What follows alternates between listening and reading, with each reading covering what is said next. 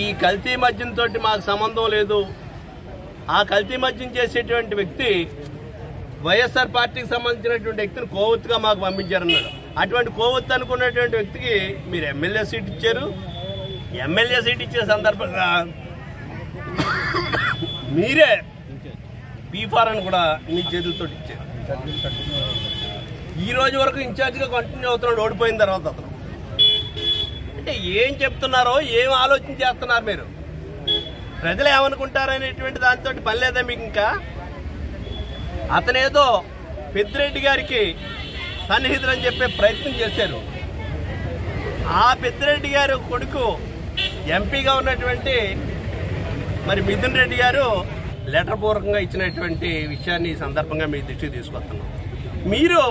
మీలో నిజాయితీ చిత్తశుద్ధి అనేటువంటిది ఉంటే దాన్ని స్వాగతిస్తున్నామని చెప్పేసి ప్రభుత్వం తరపున అమిత్ షా గారికి మీరు కూడా ఒక లెటర్ రాయండి కేంద్ర ప్రభుత్వానికి.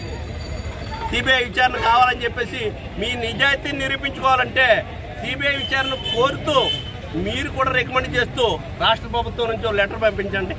ఎవరు దొంగలో ఎవరు దోషులో దాంట్లో జోగి రమేష్ ఉన్నాడా, జగన్మోహన్ రెడ్డి ఉన్నాడా, చంద్రబాబు నాయుడు గారు ఉన్నాడా, లోకేష్ ఉన్నారా అనేటువంటిది అన్ని బయటకు వస్తాయి దాంట్లో.